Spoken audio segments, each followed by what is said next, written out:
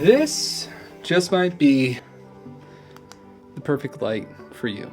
This is the LumeCube Studio Panel Lighting Kit. Not only are these lights built really well, but they're really well thought out in their design and their functionality, packing some pro features. In this video, I'm going to talk through all of my favorite features of these lights, the build quality, and ultimately who I think that this light is for. Before we hop into the video, I just want to mention that LumeCube reached out to me and sent me this lighting kit for free, but they're not paying me to say anything. You're getting my honest opinion and impression on these lights. I want to first talk about everything that comes with these lights.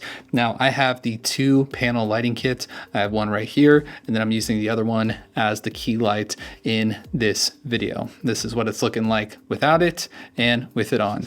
And yes, it does come with a remote. We will get into that shortly. Now, if you're unfamiliar with this style of light, this is an LED panel that produces a soft light because the LEDs are all around the edge of the light, shooting in to the center, and then it's being diffused by this plastic diffusion. So it's creating a nice soft light, not making it so harsh because it's being bounced off and then reflected through that diffusion surface. I've used this type of light a ton in the past from different brands and manufacturers, and I really love them because they don't take up a lot of space like a traditional COB light with a softbox does. Like literally this panel is ridiculously thin and it's light, and you can place it in a lot of different places that you maybe couldn't place something like a big softbox. Now on the back of the light, you'll notice that one thing is maybe missing from this light, and that is the power cord. That is because these lights have an internal battery inside of them, which is great in case you're taking them out on a different shoot where you're unsure about power, or you know that there will not be power. These lights have a built-in battery, so you won't be left out in the dark. Now, both lights do come with their own power cords, so you'll be able to use those to recharge the lights, and you can just use them like a traditional light where if you want to plug it in and just have that always running, you don't have to worry about the built-in battery. But one pro feature that I love about these lights is when you are running with just the battery without power, it gives you a specific hour indicator on how long of a runtime you have with the light until the battery dies. This has been a big frustration of mine in the past with other lights of this style because they would have the battery indicator, but it would maybe be just like 4 steps of a battery, and so you don't really know if you're at 25% or if you're at 5% left on a battery if you just have one of those little markers left. So being able to see specifically how much runtime you have is awesome. And this also will adjust as you're adjusting the intensity of the light, which is really cool to be able to see that feedback in real time. And it gives you just more peace of mind as the creator. As far as controls go on the light, you have your on and off switch. You have your color temperature switch, which goes all the way from 3200 Kelvin up to 5600 Kelvin. And then your dimmer switch, which goes all the way down to 1% up to 100% in 5% stepped increments. And on the bottom of the light, you'll notice a channel button, which is for the nice remote that you get in the package. Now, I don't know how I went this long without knowing about the joy of using a remote for your lights. This is just, it's ridiculously satisfying. I just love it. I have all the power, all the control without having to get up or go around the back of the light. I can just do it with the flick of a button. The remote features are also very well thought out. There's your power button, a channel button to get to the different channels, so you can have the lights grouped onto one channel, or you can have individual lights grouped onto different channels. You can also control the brightness and the color temperature with the simple up and down adjustments, or you can mess with the preset adjustments that they already put into the light. So at the click of a button, I have 25% brightness, 50% brightness, and 100% brightness. And then you can easily hop from the warmest color setting at 3200 Kelvin over to the 5600 Kelvin mode. These lights also have these nice barn doors, which you would use to help direct your light source. So if you're trying to reduce the spill, so if you're just like filming somewhere and you don't want the light to go everywhere and you're trying to like direct it and point it more, the barn doors will help to direct the lights. And then when you're done using the light, you can keep the barn doors on and just fold them in so they're protecting the front panel of your LED. Now these are plastic, They're like kind of your harder plastic, which is a little different from some other LED panels that I've used in the past, but they're a little more lightweight because of that. And I still think they would do a good job of protecting the light and also do the job of directing your light. Now, one thing to consider is that if you're buying just one of these lights individually, I don't think that the barn doors come with it. I think it's an additional purchase. But if you get the 2 lights set up like what I have, the barn doors do come with it. Now this light has a 1/4-20 thread, so that way you can mount it with any traditional 1/4-20 sort of setup. But I do like the little angled mounts that LumeCube provides for this setup. The first reason why I like this little mount is because they have added in this extra little, I'll call it nubbin, where the light will sit in as you are twisting it down with the built-in 1/4-20. This ensures that you have to mount the light one way every time that you use it, and also that light is going to be that one more bit secure whenever you have it tightened down. And the other feature I really like too is that they added a metal 1/4-20 thread on the bottom of this little clamp, because the rest of it's made of plastic. So the part that's actually making contact with whatever light stand you use is going to be metal, so you don't really have to worry about anything breaking or cracking. And this is all attached to a nice little light stand that actually gets really high.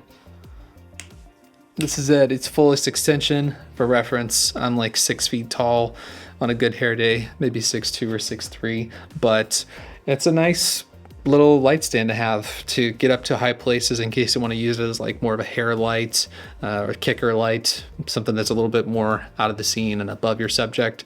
This should do good for most of your situations. And then I think the coolest feature of this light stand is that once you get it down and loosen it up, the legs go down, but then they fold in on themselves. So when the light is off of this is just this size, and this fits right in your little carrying bag. It's nice and compact. I'm not sure I've really seen this type of a design on a light stand before, but I think more people should do it because it's really smart. Now let's talk about the application of these lights, the price, and ultimately who I think these lights are for. When it comes to how you use these lights, I think, as the name of them suggests, these are studio panels.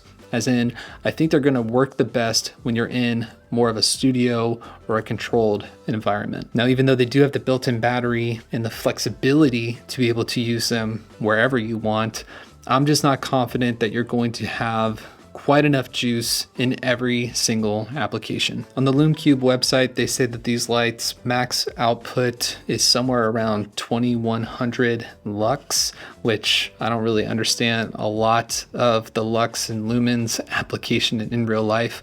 I just know that I have used these once in a real world environment where there was lots of window, lots of natural lights, and I was trying to use these as like a little bit of a fill and hair light, and it almost barely made a difference. Like, I was able to turn them off and I could notice that a little bit of change happened, but when I had them back on at max output at 100%, just wasn't making a big difference in my image. But in an environment like this where I have control over all the lights, these are doing really good. And just so you can see how I would actually use this in real life as like a standard 2-point lighting setup with like a key and a fill, I've got my key light here at 100% brightness, 5600 Kelvin, the fill light at 25%, 5600 Kelvin.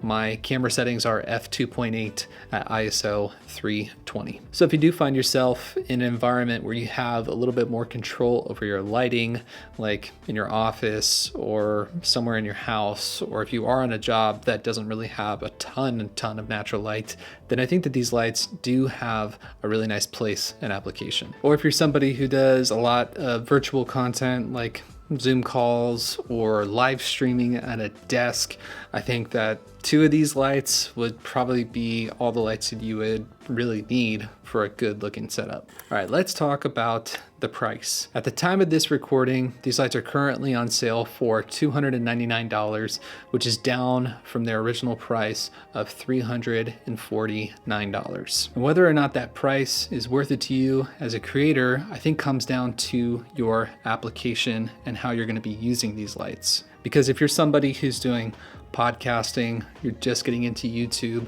you do content at your desk, you're doing live streams, you're doing Zoom calls, I think that this is a nice lighting setup. The fact that you can buy one kit with everything in it and not really need anything additionally is nice in its own right.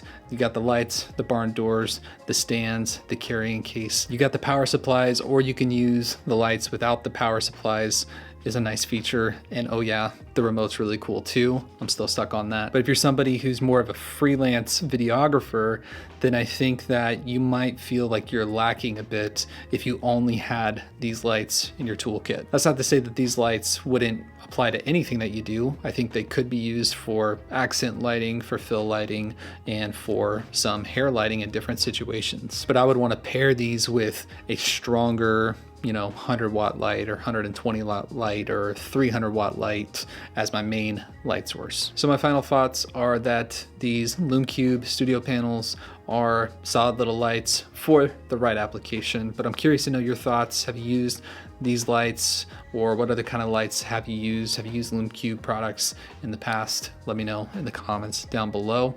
And while you're down there, you can check out the links to these lights where you can see all the features for yourself and check out any of the sales they may have going on. If you got some value out of this video, why don't you go ahead and add some value right back to it by hitting that like button. Happy shooting, happy editing, and until the next time, my name is Zach Sopak. I'll see you in the next video.